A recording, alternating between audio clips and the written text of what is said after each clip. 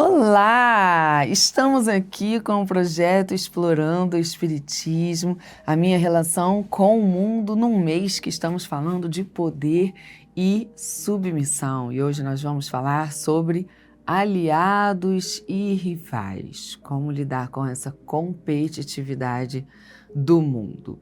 Eu já começo indicando a leitura de um livro de Joana de Ângeles, psicografado por Divaldo, chamado Amor, Imbatível Amor.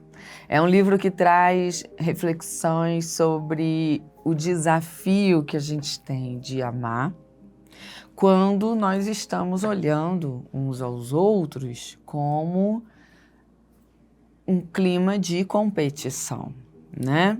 Estamos hoje com acesso tão fácil à vida das pessoas através da exposição delas nas redes sociais.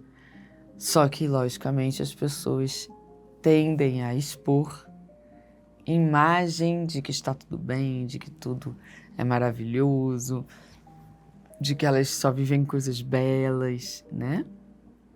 E essas exposições se apresentam como espécies de vitrines para gente, de modelos de vida, modelos de experiências. Nós nos sentimos atraídos por aquilo, admiramos, e aí a gente quer também.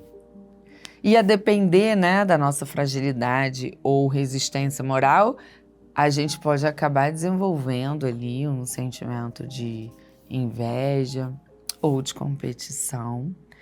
Não necessariamente a gente vai sentir inveja, mas a gente pode acabar se sentindo acima ou abaixo, alimentando, né, esse clima de competição. Fica a indicação da leitura como uma proposta de autoobservação, né, de entendermos como que nós estamos enxergando o outro na nossa vida e lidando com o outro.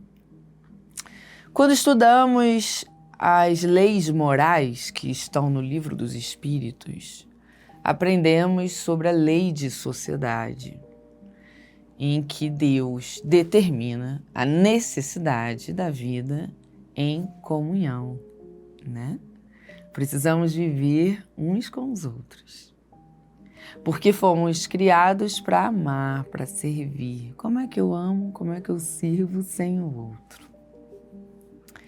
Mas nós carregamos da era de princípio inteligente, quando nosso princípio inteligente habitava o reino animal, desenvolvemos o instinto da sobrevivência, que faz parte também de uma das leis morais, que é a lei de conservação, tá certo? Então nós temos o instinto de sobreviver, de viver, de buscar o nosso bem-estar.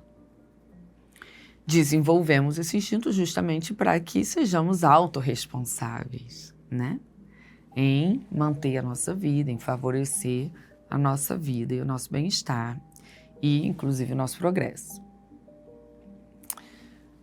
Só que, olha quanto tempo já passou, né, assim, de quando éramos primitivos para hoje. Cada um de nós tem uma idade espiritual diferente, ok? Não necessariamente fomos criados no mesmo período. E a depender de como utilizamos da nossa liberdade de escolha, seguimos caminhos diferentes. Então, em alguns setores você está mais amadurecida ou mais amadurecido do que eu, em alguns setores eu estou mais amadurecida do que você. E assim vai. Então, Deus nos une em sociedade, na vida física, para que essas diferenças nos provoquem, reflexões diferentes, pontos de vista diferentes, e a gente vai mexendo na nossa bagagem e ampliando a nossa visão, a nossa interpretação sobre a vida, né, os conceitos e tudo mais. Só que quando eu estou vivendo em sociedade, eu quero preservar aquilo que eu desejo, ou aquilo que eu já tenho e quero manter. Eu quero preservar a viabilidade dos meus sonhos, dos meus planos.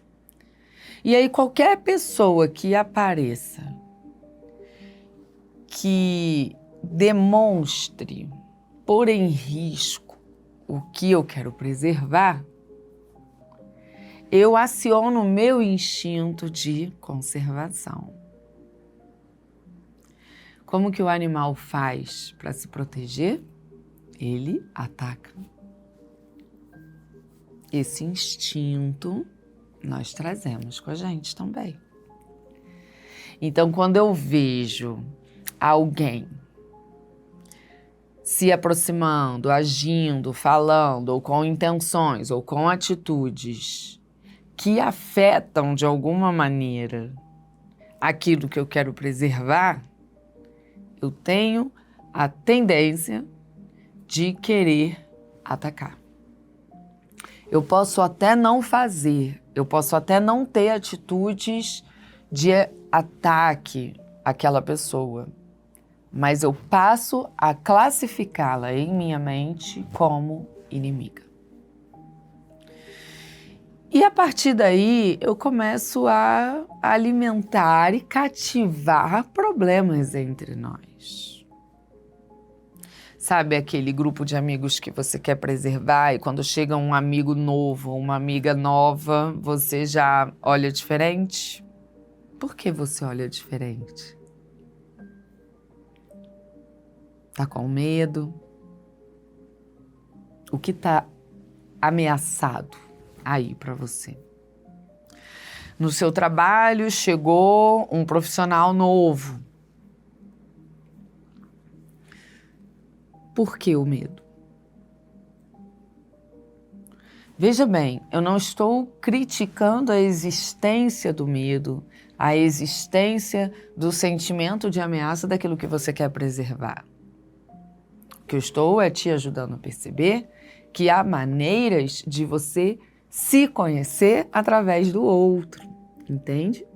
Quando o outro aparece e nos causa esse sentimento de ameaça, nós precisamos, a partir desse momento, voltar o olhar para si e perguntar: o que eu estou sentindo ameaçado aqui? Por quê? Porque a partir do momento que eu entendo onde eu estou me sentindo ameaçada, eu vou buscar recursos que cooperem com a preservação ou com a construção de novos caminhos. Às vezes um profissional chega onde você trabalha e você já fica ali com medo, né? Querendo preservar a imagem que você já tem na organização que você trabalha, né? Na entidade corporativa. Você quer preservar as relações de confiança. Você quer preservar a autoridade que você já conquistou. Quer dizer, você seguiu um caminho para conquistar um lugar e de repente chega uma pessoa nova e pode ser que você sinta que há a possibilidade dela causar ou criar movimentos nisso que você construiu. Então você se sente ameaçado. Acontece que, se no sentimento de ameaça eu categorizo essa pessoa como inimiga, eu vou começar a me relacionar com ela em coerência a esse olhar. Ora, se ela é inimiga, eu vou estar sempre pronta para o ataque. É uma brincadeira que ela faz que eu vou interpretar de mau gosto, é uma atitude que ela tem que eu vou interpretar como errado, e aí, para me proteger, eu começo a buscar aliados que fortaleçam o meu discurso e a minha interpretação. Mas poderia ser diferente. Eu poderia me aproximar deste profissional e convidar este profissional a fazermos um trabalho juntos, fortalecendo o que eu construí. Porque nós fomos criados para vivenciar o amor universal. Se você quiser manter esse posicionamento de o outro é inimigo, você vai interagir com esse conceito atacando mentalmente, emocionalmente ou até através de atitudes. O que significa que você vai passar a se envolver com ações que ferem a lei de amor, te sintonizando com uma frequência baixa. E o que você der, você vai receber, direta ou indiretamente. Porque a energia que a gente promove no universo, no fluido cósmico universal, se propaga e fortalece a sintonia em que estamos. Então, se eu estou em baixa frequência, eu vou dando e recebendo em baixa frequência. As coisas não vão beneficiar. E a médio e longo prazo vão se agravar. E quando você perceber isso lá na frente, você vai ter que desconstruir todo esse caminho que você percorreu, se comprometendo com o mal. O que vai te exigir muito mais trabalho. Mas existem pessoas que entram na empresa com o objetivo de provocar mudanças. Então, é ingênuo eu querer chamar essa pessoa para a gente fazer junto o que eu quero preservar. Porque ela veio para mudar o que eu quero preservar. Aí vem o seguinte questionamento. Deus permitiu que essa pessoa chegasse para mudar? Então assim será. Deus é justo, Deus é bom. Há um propósito nesse movimento. Percebe? Essa pessoa, esse profissional, continua não sendo um inimigo. Se você aceitar a condição em que a providência divina te impôs. Você pode, então, procurar compreender qual o objetivo da mudança, os caminhos possíveis e cooperar com o que lhe cabe, aceitando aquilo em que você é impotente. Do contrário, você vai atacar, você vai sabotar, você vai dialogar com o mal. Porque vai ferir a lei de amor que coopera. Porque na lei de amor a gente serve. O que significa servir? Significa ajudar, colaborar, cooperar.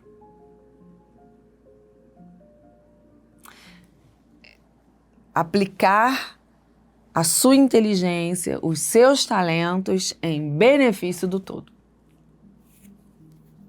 Eu estou trazendo o contexto profissional porque costuma ser uma área de comum entendimento, ok? Mas isso também se enquadra nas relações de amizade, em que quando chega uma pessoa nova a gente começa a ter ciúme. Por que está sentindo ciúme? Estou sentindo que o que eu quero preservar está ameaçado. O que isso fala sobre você? No final das contas, a gente entende que a entrada de personalidades novas, em funções novas, em contextos que a gente quer preservar, são permitidas e providenciadas pelo Pai para o nosso bem. Porque essas pessoas, nesses contextos, se tornam gatilhos para que as minhas fragilidades apareçam para mim mesmo.